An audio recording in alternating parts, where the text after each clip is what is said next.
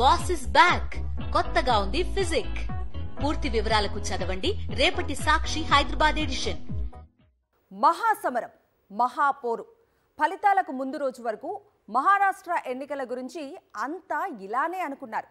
కానీ మహాయుతి చేసిన మహాప్రభంజనంతో war one side అని తేలిపోయింది.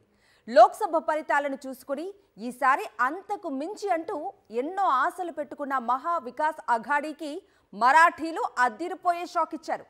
మోదీ మానియాకి తిరిగే లేదని మరోసారి తేలిపోయింది. దేశ ఆర్థిక రాజధాని ముంబై క్యాపిటల్గా ఉన్న మహారాష్ట్ర పాలిటిక్స్ దేశ రాజకీయాల మీద కూడా బలమైన ప్రభావం చూపుతాయి. అలాంటి మహారాష్ట్రాన్ని మహాయుతి మరోసారి సొంతం చేసుకుంది. కాషాయ వ్యూహాల ముందు, కాషాయ ప్రభంజనం ముందు కాంగ్రెస్ నిలబడజాలదని ఇంకోసారి తేలిపోయింది. చీలిక రాజకీయాల విషయంలో మరాఠీలు ఎలా స్పందిస్తారు? పాత లెక్కలు సరిచేసే సత్తా ఎవరికుంది? అసలైన పార్టీలుగా ప్రజలు ఎవరిని గుర్తించబోతున్నారు? ఠాక్రే, పవార్ కుటుంబాలు మరాఠీ పాలిటిక్స్లో తమ ఆధిపత్యాన్ని మరోసారి చాటుతాయా? ఇలా ఎన్నో కోణాల్లో ఎన్నెన్నో ప్రశ్నలు దేశమంతా మహారాష్ట్ర ఎన్నికల వైపు చూసేలా చేశాయి. ఇప్పుడు ఎన్నికల ఫలితాలతో పాటుగా ఆ ప్రశ్నలకు కూడా సమాధానాలు దొరికేశాయి. చీలిక వర్గాలనే అసలైన పార్టీలుగా ఓటర్లు గుర్తించేశాయి. అన్ని లెక్కలు తేలిపోయాయి. ఇక తేలాల్సింది సీఎం ఎవరన్నదే. महाराष्ट्र की जनता जनार्दन का विशेष अभिनंदन करना चाहता हूं. लगातार तीसरी बार स्थिरता को चुनना ये महाराष्ट्र के लोगों की सूझबूझ को दिखाता है. कुछ लोगों ने धोखा करके अस्थिरता पैदा करने की कोशिश की, लेकिन महाराष्ट्र ने उनको नकार दिया है और उस पाप की सजा मौका मिलते ही दे दी है. మహాప్రభంజనం అంటే ఎలా ఉంటుందో మహాపోరులో మహాయుతి చూపించింది.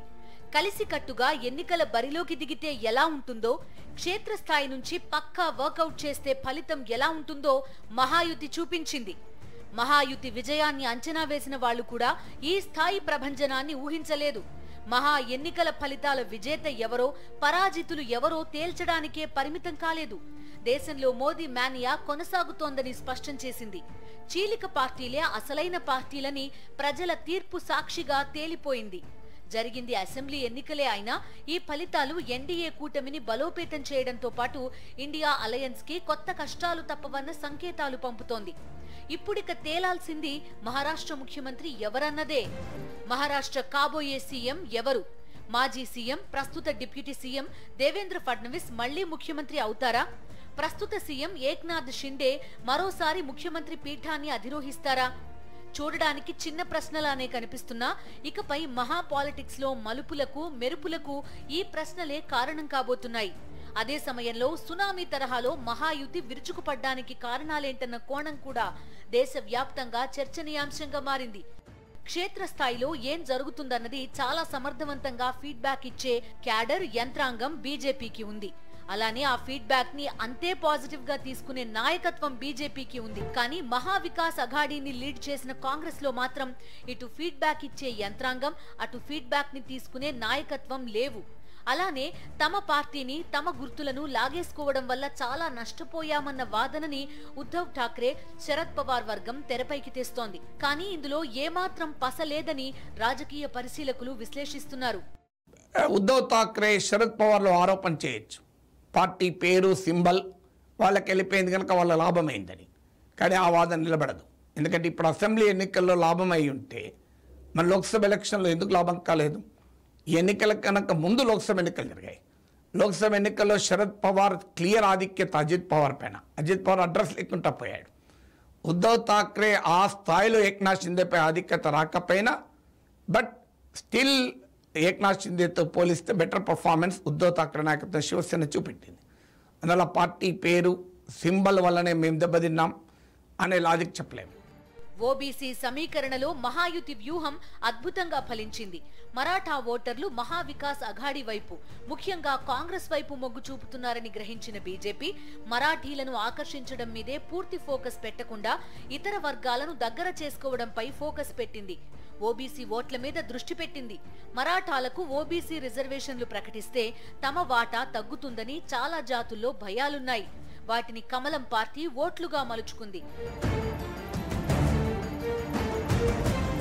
మరోవైపు మహావికాస్ అఘాడీ మాత్రం పూర్తిగా మరాఠా రిజర్వేషన్ల అంశంపైనే ఆధారపడింది.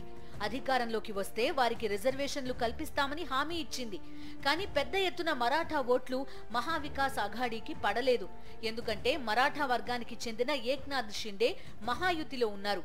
ఓబీసీలను తమ వైపుకి తిప్పుకోవడంతో పాటుగా కాంగ్రెస్ వైపుకి మరాఠీ ఓట్లు గంపగుత్తగా వెళ్లకుండా చూడడంలో మహాయుతి సక్సెస్ అయింది. మహాయుతి విజయం వెనుక మహిళా ఓటర్ల పాత్ర చాలా కీలకమైంది. లడ్కీ బెహన్ పథకం కింద మహిళల ఖాతాలో 1500 రూపాయలు వేస్తోంది షిండే ప్రభుత్వం. దీంతో సహజంగానే మహిళా ఓటర్లు మహాయుతి వైపు ఉన్నారు. ఈసారి ఈ మొత్తాన్ని 2100కి పెంచుతామని ఎన్నికల్లో మహాయుతి హామీ ఇచ్చింది. అటు మహావికాస్ అఘాడీ కూడా 3000 రూపాయలు ఇస్తామని హామీ ఇచ్చింది. అయితే మహిళలు మాత్రం మహాయుతి వైపే మొగ్గు చూపారు. ఈ పథకం వల్ల అత్యధిక ప్రయోజనం పొందిన పూణే, ఠానే, నాసిక్, నాగ్పూర్, షోలాపూర్ జిల్లాల్లో మహిళలు ఓటింగ్ కోసం పోటెత్తడం భాజపాకు బాగా కలిసొచ్చింది. మహారాష్ట్ర రాజకీయాల్లో 11 జిల్లాలున్న విదర్భలో పట్టు సాధిస్తే గెలుపు గుర్రం ఎక్కినట్టే అని పార్టీలన్నీ భావిస్తాయి. విదర్భలో 62 అసెంబ్లీ స్థానాలున్నాయి. గతంలో బీజేపీ ఇక్కడ ఆధిపత్యం ప్రదర్శించినా గత 5 ఏళ్లుగా ఇక్కడ కమలానికి మెజారిటీ తగ్గుతూ వస్తోంది. లోక్సభ ఎన్నికల్లో అయితే బీజేపీకి గట్టి షాక్ తగిలింది. విదర్భలోనే మహావికాస్ అఘాడీ 10 మంది ఎంపీలను దక్కించుకుంది. దీంతో విదర్భ మీద ఎంతో నమ్మకం పెట్టుకున్న మహావికాస్ అఘాడీ అసెంబ్లీ పోరులోనూ మెజారిటీ సీట్లు తమవే అన్న ధీమాలో ఉండిపోయింది. కానీ ఎన్నికల సమరంలో పరిస్థితి మొత్తాన్ని మార్చేసింది మహాయుతి. ఈ ప్రాంతంలోని నాగపూర్లో ఆర్ఎస్ఎస్ ప్రధాన కార్యాలయం ఉంది. దాని ప్రభావం చుట్టుపక్కల ప్రాంతాలపై బలంగా పనిచేసిందని రాజకీయ పరిశీలకులు విశ్లేషిస్తున్నారు. విదర్భ వ్యవసాయాధారిత ప్రాంతం. సోయా రైతులకు 7000 రూపాయల మద్దతు ధర ఇస్తామని చెప్పినా ఫలితం లేకుండా పోయింది. అలానే మహారాష్ట్రలో ఉల్లి ఉత్పత్తి బాగా ఉంటుంది. ఉల్లిపై ఆంక్షలు విధించడంతో మహాయుతి ప్రభుత్వంపై రైతులు కొంతకాలంగా ఆగ్రహంగా ఉన్నారు. లోక్సభ ఎన్నికల్లోనూ బీజేపీ కూటమిపై ఈ ప్రభావం పడింది. దీంతో ఉల్లి ఎగుమతులపై ఆంక్షలను మహాయుతి ప్రభుత్వం తొలగించింది. ఈ నిర్ణయం కూడా మహాయుతి విజయానికి ఒక కారణమైంది. కూటమిగా పోటీ చేయడం అంటే కూటమిలోని పార్టీలకు ఓట్లు బదలాయింపు జరిగేలా చూసుకోవడం. మహాయుతి ఆ దిశగా ఘన విజయం సాధించింది. బీజేపీ పోటీ చేసిన చోట శివసేన, ఎన్సీపీ ఓట్లు పూర్తిగా కమలానికి పడ్డాయి. అలానే శివసేన, ఎన్సీపీ పోటీ చేసిన చోట బీజేపీ ఓట్లన్నీ గంపగుత్తగా వారికి పడ్డాయి. మహావికాస్ అఘాడీ దగ్గరకు వచ్చేసరికి సీన్ రివర్స్ అయింది. సీట్ల సర్దుబాటు సమయంలోనే శివసేన, యూబీటీకి కాంగ్రెస్ కి మధ్య మాటకి మాట ఎపిసోడ్స్ నడిచాయి. కాంగ్రెస్ నిర్ణయాలకు ఢిల్లీ అనుమతులు కావాలని వ్యాఖ్యానించేదాకా ఉద్ధవ్ ఠాక్రే వర్గం వెళ్లింది. ఈ తరహా పరిణామాలతో మహావికాస్ అఘాడీలో ఒక పార్టీ ఓట్లు మరో పార్టీ అభ్యర్థికి పడలేదు. కూటమిలోని పార్టీల ఓటర్లను ఏకం చేయడంలో మహావికాస్ అఘాడీ విఫలమైంది. ఈ పరిణామాలన్నీ మహాయుతికి ఘన విజయాన్ని అందించాయి. మోదీ మేనియాకి తిరుగులేదని నిరూపించాయి. మహావికాస్ అఘాడీలోని పార్టీలతో పాటుగా ఇండియా అలయన్స్ కి కూడా రాబోయే రోజుల్లో మరిన్ని కష్టాలు తప్పవని ఈ ఫలితాలు చెప్పకనే చెప్పాయి. ఆటోవాలా అల్లాడించేశాడు. టెక్నికల్ గా శివసేన అధినేత హోదాలో ఇప్పటిదాకా చెలామణి అయినా చీలిక వర్గ నేతగానే గుర్తింపు పొందుతూ వచ్చారు. ఇప్పుడు సీన్ మారిపోయింది. అసలైన శివసేన ఏక్నాథ్ షిండేదే అని ప్రజలు తేల్చేశారు. తమ తీర్పునిచ్చేశారు. పోలింగ్ ముగిసిన తర్వాత కూడా ఆల్ ఈజ్ వెల్ అంటూ బింకం ప్రదర్శించిన మహావికాస్ అఘాడీ ప్రజల విశ్వాసాన్ని గెలుచుకోవటంలో ఘోరంగా విఫలమైంది.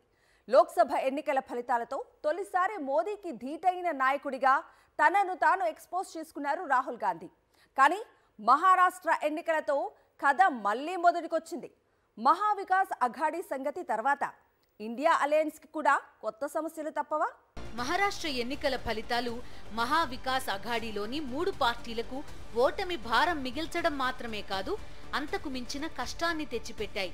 బాల్ ఠాక్రే స్థాపించిన శివసేన, ఉద్ధవ్ ఠాక్రే, ఏక్నాథ్ షిండే వర్గాలుగా చీలిపోయింది.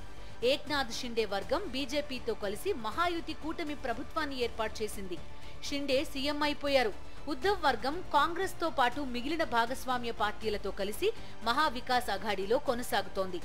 అసలు శివసేన పార్టీ ఎవరిదని శివసేన చీలిక వర్గాలు పిటిషన్లు వేగా షిండే వర్గమే అసలైన శివసేన అని స్పీకర్ ప్రకటించారు.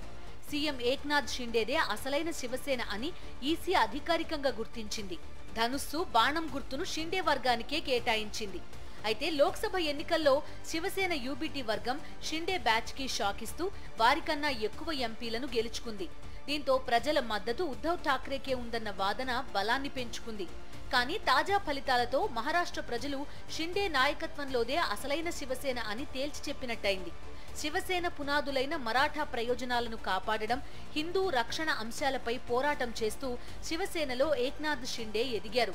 మరాఠా రిజర్వేషన్లపై మహావికాస్ అఘాడీ పోరాటం చేస్తున్న మరాఠా ఓట్లని తమ వైపు తిప్పుకోవడంలో షిండే విజయం సాధించారు. 2014 తర్వాత మరాఠా వర్గాలకు చెందిన సీఎం షిండే మాత్రమే కావడంతో మెజారిటీ మరాఠా ఓటర్లు మహాయుతికే ఓటేశారు. అలానే మరాఠాలకు 10% రిజర్వేషన్లు కల్పించడం కూడా షిండేకి కలిసొచ్చింది.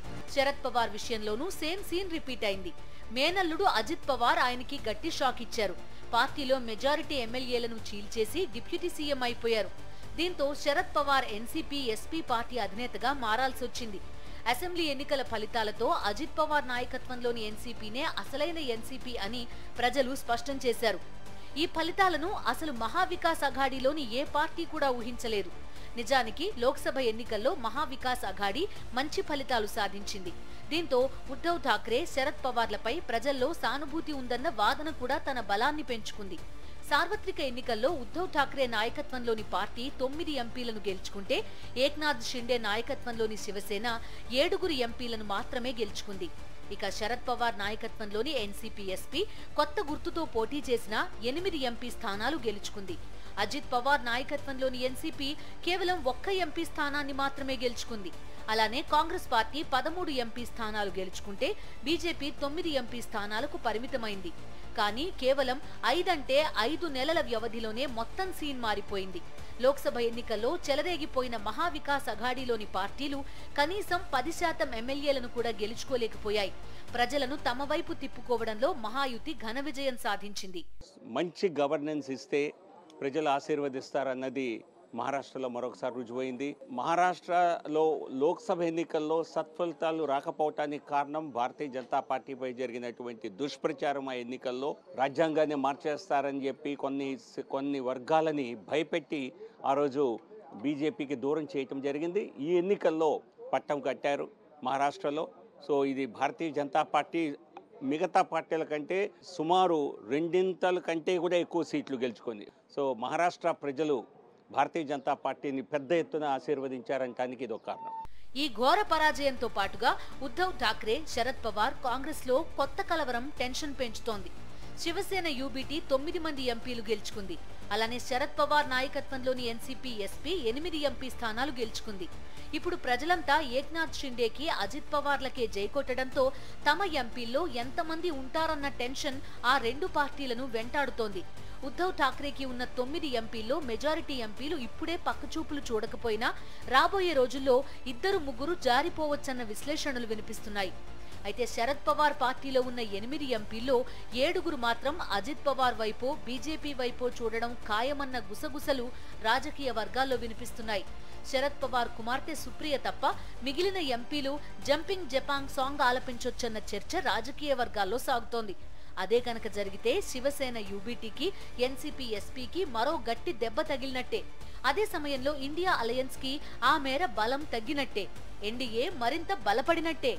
ఏ కూటమైనా విజయం సాధించాలంటే అందులో ఒక ప్రధాన పార్టీ బలమైన పొలిటికల్ ఫోర్స్ లా, యాంకర్ లా వ్యవహరించాలి. మహాయుతిలో బీజేపీ ఆ పని విజయవంతంగా చేసింది. కానీ మహావికాస్ అఘాడీలో కాంగ్రెస్ ఆ పని చేయలేకపోయింది.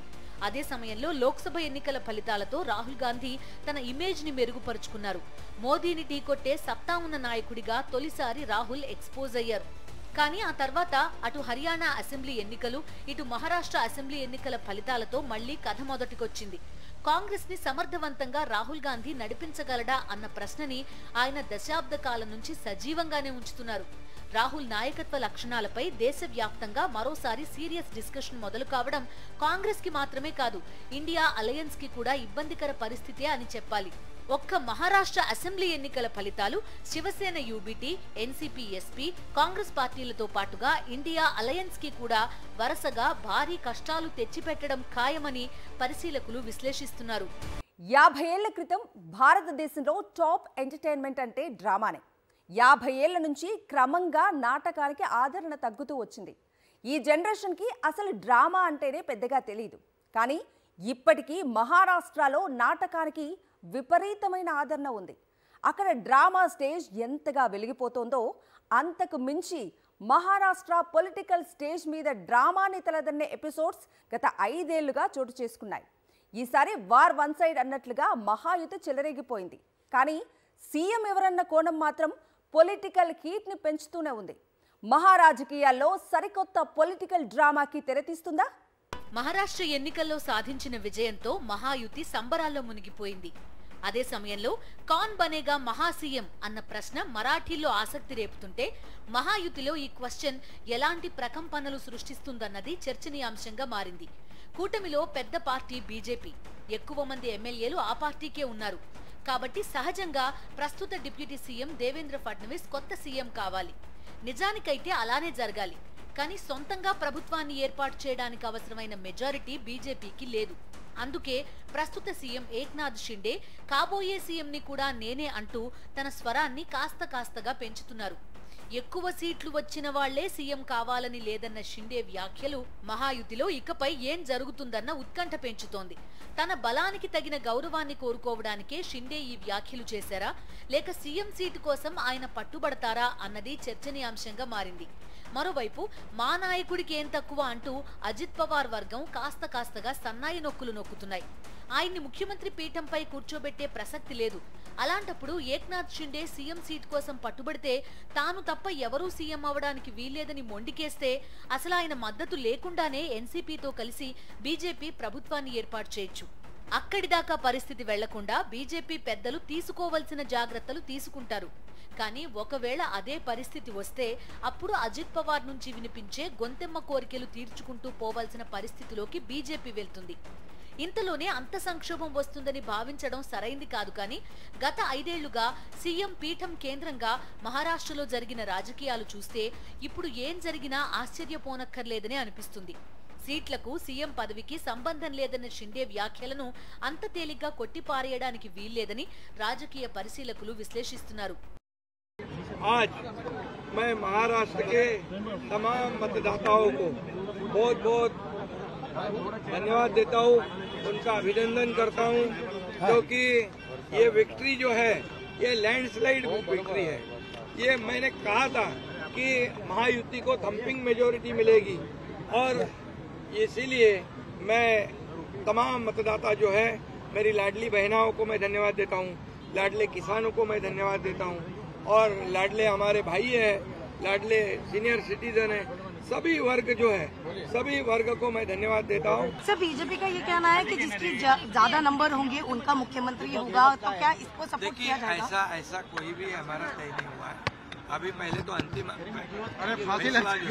अंतिम आंकड़े आने दो, उसके बाद हम तीनों पार्टी बैठेंगे। हमारे वरिष्ठ जो है प्रधानमंत्री जी है, मोदी जी है, अमित भाई है, नड्डा जी है, और सब हमारे जो तीनों पार्टी के प्रमुख लोग हैं, हम बैठेंगे और उसके ऊपर जैसे हम चुनाव लड़े साथ में एकजुट होकर, वैसे ही उसके ऊपर भी फैसला है। 2019 ఎన్నికల్లో హర్యానాలో ఒక్క ఎంపీ స్థానాన్ని కూడా గెలుచుకోని కాంగ్రెస్ 2024 లోక్సభ ఎన్నికల్లో సగం ఎంపీ స్థానాలను గెలుచుకుంది. దీంతో హర్యానా అసెంబ్లీ ఎన్నికల్లోనూ విజయం తమదేనని కాంగ్రెస్ ధీమా వ్యక్తం చేసింది. కానీ లోక్సభ ఎన్నికలు జరిగిన 3 నెలల వ్యవధిలోనే హర్యానా అసెంబ్లీకి జరిగిన ఎన్నికల్లో కాంగ్రెస్ ఘోర పరాజయం పాలైంది. అలానే మహారాష్ట్రలో మెజారిటీ ఎంపీ స్థానాలు గెలుచుకున్న మహా వికాస్ అఘాడీ 5 నెలల వ్యవధిలో జరిగిన అసెంబ్లీ ఎన్నికల్లో ఘోరాతి ఘోరంగా ఓటమి పాలైంది. ఇంత త్వరగా ప్రజాభిప్రాయం ఊహకందని స్థాయిలో మారిపోవడం అసాధ్యమని, మహారాష్ట్ర ఎన్నికల్లో ఈవీఎంలను ట్యాంపర్ చేశారని శివసేన యూబీటీ ఎంపీ సంజయ్ రౌత్ సంచలన వ్యాఖ్యలు చేశారు. హర్యానా అసెంబ్లీ ఎన్నికల ఫలితాల సందర్భంలోనూ కాంగ్రెస్ ఈవీఎంలను ట్యాంపర్ చేశారని ఆరోపించింది. परत सांगतो की काहीतरी गडबड आहे आणि मोठी गडबड आहे. महाराष्ट्रावर अडाणीचं बारीक लक्ष होतं. विशेषतः काल अडाणीचा अटक वॉरंट निघाल्यानंतर अशा प्रकारचे निकाल येतील का अशी आमच्या मनात शंका होती. गौतम अडाणीला अमेरिकेतून काल जे अटक वॉरंट निघालं, त्यांच्यावर जे भ्रष्टाचाराचे आरोप झाले ते अप्रत्यक्षपणे भ्रष्टाचाराचे आरोप हे भारतीय जनता पक्षावरच होते, शिंद्यांवर होते. कारण या निवडणुकीमध्ये सगळ्यात जास्त पैशाचा वापर आणि ताकद ही अडाणींनी लावली आणि आता या निकालावरती गौतम अडाणीचा प्रभाव आहे का? कारण अडाणी, मोदी आणि फडणवीस, शिंदे वेगळे नाहीत. మహారాష్ట్ర ఎన్నికల్లో మహావికాస్ అఘాడీ ఎత్తులన్నింటినీ చిత్తు చేసిన బీజేపీకి మహాయుతిలో సీఎం పదవి ఏ పార్టీకి దక్కాలన్న చిక్కుముడిని విప్పడం పెద్ద కష్టమేం కాదు. అయితే గత 5 ఏళ్లలో జరిగిన పొలిటికల్ డ్రామాలు జరగకుండా చూసుకోవడం మహాయుతిలోని పార్టీలన్నింటి ముందున్న టాస్క్. ఇక అటు శివసేన యూబీటీ, ఇటు ఎన్సీపీ, ఎస్పీ పార్టీల ముందు చాలా సవాళ్లే ఉన్నాయి. ఎంపీలు, ఎమ్మెల్యేలు చేజారిపోకుండా చూసుకోవడం, తమ పార్టీలను పూర్వ వైభవం దిశగా పరుగులు పెట్టించడం అంత తేలికేం కాదు. ఇక కాంగ్రెస్ విషయానికొస్తే రాహుల్ గాంధీ నాయకత్వం చుట్టూ హల్చల్ చేస్తున్న నెగటివ్ వైబ్రేషన్స్ ని వదిలించుకోవడం దగ్గర నుంచి ఇండియా అలయన్స్, ఎన్డీఏకి దీటైన కూటమిగా ప్రజల విశ్వాసాన్ని గెలుచుకోవడం దాకా చాలా సవాళ్లే ఉన్నాయి. ఇకపై ఈ సవాళ్లను ఎవరు ఎలా అధిగమిస్తారు, ఆ క్రమంలో ఎవరు విఫలమవుతారు అన్నది జరగబోయే రాజకీయమే చెప్పాలి.